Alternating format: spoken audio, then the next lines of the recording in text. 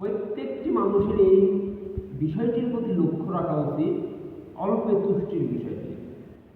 যখন পৃথিবীতে কিছুই সৃষ্টি করেননি মহান রব্বুল আলামিন, যখন তার মন থেকে সৃষ্টি শুরু করলেন, তখন তার নূরকে জিজ্ঞাসা করেছিলেন যে আলাস্তে বি রব্বিকুম, আলাস্তে বি আল্লাহ কোন না, তোমার আল্লাহকে টানা। উনি জিজ্ঞেস করেছিলেন। সূরা আরাফের 172 নম্বর আয়াতে কথা বলা আছে, আলাস্তে বি রব্বিকুম কাকুমাকুম, তোমার রবকে, প্রতিপালনকে করে কিনা, তোমার প্রতিপালককে, এই জিনিসটা জিজ্ঞাসা করেছে। হ্যাঁ, আলাস্তে বি রব্বিকুম, জিজ্ঞাসা করা হলো, প্রশ্ন করা হলো তোমাদের রবকে, বহু বছর তোমাদের রবকে। তো কোরআনের ভাষ্য মতে তারা বলেছে কলু বালা, বরং আপনি।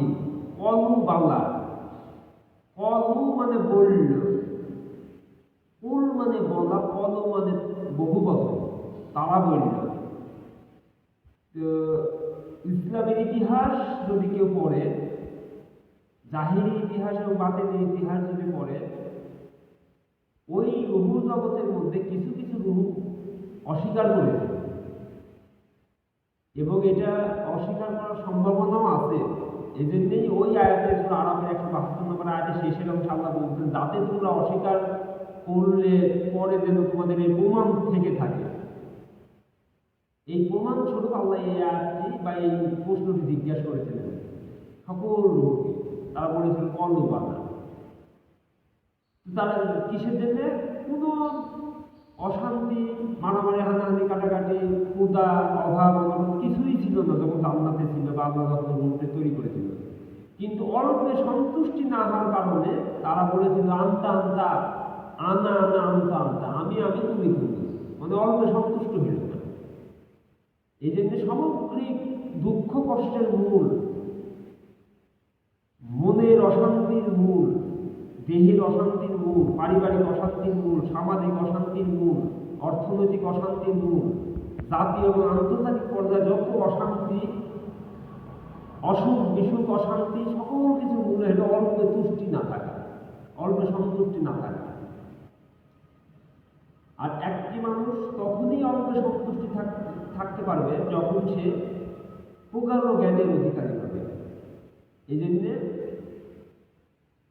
এবং খবর আল্লাহ হবে। এই জন্যে রাদিয়াল্লাহ, আল্লাহ একটি ব্যক্তির সন্তুষ্ট হয়েছিলেন, অসংখ্য ব্যক্তির মধ্যে একটি ব্যক্তির সন্তুষ্ট হয়েছিলেন, তার নাম হল খিজির আলাইহিস সালাম। উনি নবীদের কোনো কোনো রেয়াতে আছে নবীদের একজন, আমার কোনো কোনো রেয়াতে আল্লাহর খুব কাছের একজন বলেছিলেন। কুরআনে সূরা কাহাফের 60 থেকে 82 নম্বর আয়াতে তার কথা উল্লেখ করা আছে। উনি বলতো কাইফা তাসবিরু আলা মা আলামতু ইকতিহি খুবরা, তুমি ধৈর্য কিভাবে ধরবে যে বিষয় তোমার খবর আয়ত্ত করা যায়। ওখানে গোলাগুলি হচ্ছে, ওই খবর থাকলে তা পাবে না। এইরকম ভাবে সকল, যেরকম আমেরিকার কিছু গবেষক তারা একটা কথা বলেছিল যে what are you know real freedom, তুমি কি জানো যে আসল মুক্তি কি? তারা তারা বলেছিল যে real freedom means freedom from error, freedom from ignorance and freedom from desire. তারা বলেছিল সকল অভাব থেকে মুক্তি, রোগ থেকে মুক্তি এবং অদান জিনিস থেকে মুক্ত লাভ করা হল আসল মুক্তি। তারপর তারা বলেছিল যে human life is all in struggle, it has controls, difficulties and obstacles, even having the goal fixed, purpose and determined life cannot outcome be successful. তোমার কথাই আসছে। তারা খুব গাঢ় দীর্ঘ সময় যাবৎ হায়ার এডুকেটেড এবং গবেষক সমষ্টি, মানে দেশে বাছাইকৃত গবেষকদের একজন, যারা যেরকম বাংলাদেশে বুয়েটের গবেষক আর জাতীয় বিশ্ববিদ্যালয়ের গবেষক তো এক নয়, এইরকম জাতীয় গবেষকদের এক দল। তারা বলেছিল যে তোমাদের জীবনের লক্ষ্য উদ্দেশ্যহীন যদি তোমরা থাকো তাহলে ক্যাননট ওভারকাম দেম সাকসেসফুল, তারা কখনোই সফল হতে পারবে না। এই জন্য সফলতা অর্জন করতে গেলে তাই কি করতে হবে? অল্পে সন্তুষ্টির কারণটা খুঁজে বের করতে হবে। আর এটার মূল বিষয়টি হল ফ্রিডম ফ্রম ইগনোরেন্স, অশিক্ষা থেকে মুক্তি। তুমি যে অনলাইনের মাধ্যমে কিছু সফটওয়্যারের কাজ শিখবা, তাহলে তোমাকে ওই বিষয়ে পারদর্শিতা লাভ করতে হবে। এই জন্য সর্বপ্রথম কোরআনে যে আদেশটি করা হয়েছিল সেটা আল্লাহ মানা, রাসূলের মানা, কোরআন হাদিস, সালাত আদায় করা, যাকাত দেওয়া, ফিতরা দেওয়া। প্রথমে যে আল্লাহ আদেশটি করেছিলেন সেটা ইকরা রব্বি বিসমিকা আল্লাযী খালাক, খালাকাল ইনসানা মিন আলাক। ইকরা মানে পড়ো, জানো, বুঝো। যেরকম কিছু কিছু নবী রাসূল এরকম জানতেন, তুমি এখানে বসে আছো, 500 মাইল দূরে কি হচ্ছে এই সম্পর্কে তারা জানতে পারতেন। কিন্তু ওই রকম বিজ্ঞানী তুমি মানছই না, কিন্তু বিজ্ঞানী বলছে তুমি এখানে বসে থাকো, হাজার হাজার কিলোমিটার দূরের খবর তুমি পাবে মোবাইলের মাধ্যমে। তাহলে এটা সব নলেজ। জ্ঞানের মধ্যেও অসংখ্য প্রকার ভেদ আছে। একটা আছে সফট নলেজ, তীক্ষ্ণ বুদ্ধি। সফট নলেজ থেকে সফটওয়্যার শব্দটা আসছে। যারা সফট জ্ঞানের অধিকারী, তীক্ষ্ণ জ্ঞানের অধিকারী, যে তুমি এখানে বসে থাকবে, দেখা হবে, কথা হবে, এরকম সফটওয়্যার আবিষ্কার করে দিবে।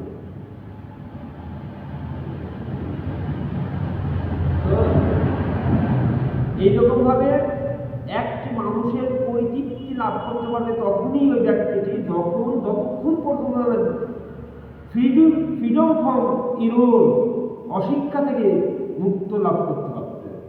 এই জন্য আমি আশাবাদী, যেরকম শিক্ষা জগতের মধ্যে যেরকম মেডিকেল বিশ্ববিদ্যালয় পরে হলো বিজ্ঞান, প্রযুক্তি ও প্রকৌশল বিশ্ববিদ্যালয়, তারপরে বিজ্ঞান ও প্রযুক্তি বিশ্ববিদ্যালয়, তারপর পাবলিক বিশ্ববিদ্যালয়, তারপর জাতীয় বিশ্ববিদ্যালয়, তারপর উন্মুক্ত বিশ্ববিদ্যালয়, আরো শাখা পোশাখা আছে, কারিগরি আলাদা আছে, তারপরে ভোকেশনাল কারিগরি, তারপরে অন্যান্য যে সাবজেক্টগুলো আছে, বিভিন্ন ধরনের সাইড আছে লেখাপড়া। কিন্তু সর্বোচ্চ যারা বর্তমানে অবস্থান করছে তীক্ষ্ণ জ্ঞানের অধিকারী এবং শক্তিশালী জ্ঞানের অধিকারী, তারা কিন্তু ওই জাতীয় বিশ্ববিদ্যালয়, উন্মুক্ত বিশ্ববিদ্যালয়ের ছাত্র হয় না।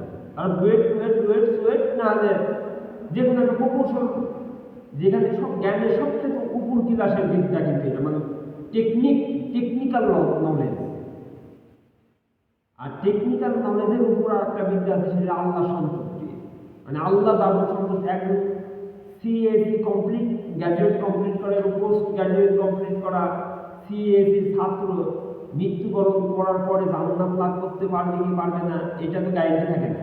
কিন্তু আল্লাহ তাদের সন্তুষ্টি থাকে, তারাই সকলে। যে কোরআনে একটা আয়াত আছে যে ইন্নাল্লাযীনা আমানু ওয়া আমিলুস সলিহাতি লাহুম জান্নাতুন তাজরি মিন তাহতিহাল আনহার যালিকাল ফাওজুল কাবীর। যে ঈমান আনলো, সৎ আমল করতে পারল এবং জান্নাত লাভ করল, যালিকাল ফাওজুল কাবীর।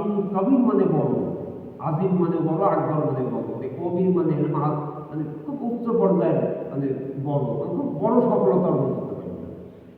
তবে এটাও ঠিক আছে, দুনিয়া এবং আখিরাতে যেন রাসূল সাল্লাল্লাহু আলাইহি ওয়াসাল্লাম একটা দোয়া করতেন, রাব্বানা আতিনা ফিদ দুনিয়া হাসানাতাও ওয়া ফিল আখিরাতি হাসানাতাও ওয়া কিনা আযাবান নার।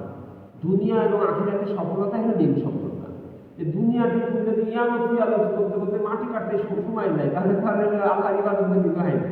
এরকম আর্থিক সচ্ছলতার জন্য, আরামের সাথে এই অর্থনৈতিক সচ্ছলতার জন্য এই বিদ্যাও প্রয়োজন। এটা কিন্তু সম্পূর্ণ তুমি যদি সিএসি গ্র্যাজুয়েট কমপ্লিট করার পরে, পোস্ট গ্র্যাজুয়েট কমপ্লিট করার পরে যদি 8 লাখ টাকা মাসে বেতন পাও, সর্বোচ্চ তো 70 বছরের উপর পাওয়া যাচ্ছে না। বাংলাদেশের সেদিন আমি একটা প্রতিবেদন দেখলাম, কারেন্ট অ্যাফেয়ার্সে, বাংলাদেশের গড় আয়ু 73 বছর। এই কথা 23 বছর ধরে চলে গেল, তার 73 50 বছর থাকলো। লেখাপড়া কমপ্লিট করতে 10 বছর আর 40 বছর থাকলো। সর্বোচ্চ 40 বছরের দুনিয়ার সফলতা। কিন্তু যা ইনকাম করবে সব এখানেই বেশি চলে যেতে হবে। কিন্তু তুমি যদি আল্লাহর আমলকারী হতে, তাই বলে ওই সিএসিতে গ্যাজেট করতে বলছে, নিষেধ করছে তা না। কাকা আমি বলতে চাই, খুব সামগ্রিকভাবে কথা বলছি, হ্যাঁ, তুমি ভালো কিন্তু বুঝতে পারবে। সব ইনকাম করলে দেখা যাচ্ছে যে তুমি 40 বছরে 89 কোটি টাকা ইনকাম করলে, তারপর বৃদ্ধ হয়ে গেলে ছেলে মেয়ে মানুষ হয়ে গেলে ইন্না লিল্লাহি ওয়া ইন্না ইলাইহি রাজিউন, সব হয়ে গেল। মা আগনা আননি মালিয়া হালাকা আননি সুলতানিয়া, সূরা হাক্কা 27 নম্বর আয়াত। আমার কথা না, তোমাকে যিনি সৃষ্টি করেছেন তার রবের কথা। তোমার রবের কথা, আমার রবের কথা। এমন একটা সময় আছে যে কোনো মাল কাজে আসবে না, হাক্কা আননি সুলতানিয়া, তুমি এমপি মন্ত্রী হলে তোমার সুলতানিয়া শেষ, কবরে যাবো, তোমার বিচার লোক থাকবে না। মৃত্যুর পরে আর হাজার হাজার লোক নেই। মাল নান্নি মাল দিয়া সব মাল হালাক। আর একটা আয়াত আছে সূরা শুআরা 89 নম্বর আয়াত, 88 89। ইয়াও মালা ইয়াম ফাও, সামনে এমন একটা দিন আছে সবার, ইয়াম ফাও আরবি শব্দ, কিন্তু এতক্ষণ ডাকলাম সবই ফাও, আর একটা এটা হচ্ছে আরবি শব্দ ফাও। ইয়াও মালা ইয়াম ফাও, মালাও বা বানুন, মাল আরবি শব্দ, মাল মানে ধন সম্পদ, সন্তান সন্ততি, মালাও বা বানুন মানে সন্তান সন্ততি। যত মাল ধন সম্পদ স্ত্রী পরিবার ইনকাম করলে সব ইল্লা, কিন্তু একটা জিনিস বাদ, ইয়াউমা লা ইয়ানফাউ মালু ওয়া বানুন ইল্লা আল্লাহ, কিন্তু আল্লাহর কাছে নিয়ে যেতে পারবে কলবে সালিম, প্রশান্তিদায়ক একটা অন্তর, পরিষ্কার অন্তর, যেখানে সুদ ঘুষ জেনা ব্যবচার খারাপ বিভিন্ন ধরনের অপকর্ম অশ্লীলতা দেহাপনা সব বাদ দিয়ে পরিষ্কার অন্তরের মন নিয়ে যে আল্লাহর কাছে মৃত্যুর পরে হাজির হতে পারবে, সেই হলো টাটকা এবং শতভাগ মর্যাদা সম্পন্ন। এই জন্য হুজুরাতের একটা আয়াত আছে যে ইন্না আকরামাকুল্লাহ, নিশ্চয়ই আল্লাহর কাছে মর্যাদাশীল ওই ব্যক্তি যে আতকাকুম, যে তাকওয়াই সবচেয়ে বেশি, আল্লাহ ভীতি আল্লাহ ইবাদতকারীদের যে বেশি আল্লাহর কাছে। আকরামাকুল্লাহ ইনদাল্লাহ, আকরাম আকরাম মানে মর্যাদাশীল, ইনদাল্লাহ আল্লাহর নিকট মর্যাদাশীল যে ওই ব্যক্তি যে আতকাকুম, যে তাকওয়াই সবচেয়ে বড়। তো সামগ্রিকভাবে এই কথা ইনশাআল্লাহ, এই কথা মনে হবে মৃত্যুর পরে। তারপরে যদি তুমি আরো ভালোভাবে অনুধাবন করতে করতে করতে গবেষণা করতে করতে দেখা যায় তুমি একদিন 2 দিন 3 দিন মানে ঘর থেকে বেরিয়ে হয়েও না। কথার কথা, সত্য পেতে গেলে এরকম একাকিত্ব কিছু সময় কাটাতে হয়। দেখা যায় দীর্ঘ তুমি 6-7 দিন গবেষণা করে শেষে দেখবে আমি যেটা বললাম এটাই সত্য। কারণ আমার কথা আমি বললাম না, তোমার সৃষ্টিকর্তার কথা আমি একটু বললাম। তা আমি আশাবাদী যে তুমি আলহামদুলিল্লাহ হোক, মানে তুমি যতক্ষণ পর্যন্ত না এই প্রত্যেকটা জিনিসের বিস্তর আছে, যখন নুন আনতে পান্তা ফোরাবি এইরকম যদি কারো পজিশন আছে, তাহলে ওই জন্য ইবাদত করতে পারে না। ইবাদত কিন্তু তার দ্বারা হয় না। তারপর কেউ যদি রোগে আক্রান্ত হয়, তার দ্বারা কিন্তু ইবাদত হয় না। এই জন্য এই রোগ শোক অভাব অনটন একদিকে করতে গেলে জ্ঞানের প্রয়োজন। এই জন্য জ্ঞান অর্জনের পাশাপাশি সামাজিকতা মেনটেন করে চলতে হবে। ইনশাআল্লাহ আল্লাহ যেন আমাদের তৌফিক দান করেন। আসল বিষয় হলো জ্ঞানী হওয়া। এই জন্য রাসূল সাল্লাল্লাহু আলাইহি ওয়াসাল্লাম বলেছেন, তোমরা জন্ম থেকে মৃত্যু পর্যন্ত, মানে দোলনা থেকে কবর পর্যন্ত জ্ঞান অর্জন করো।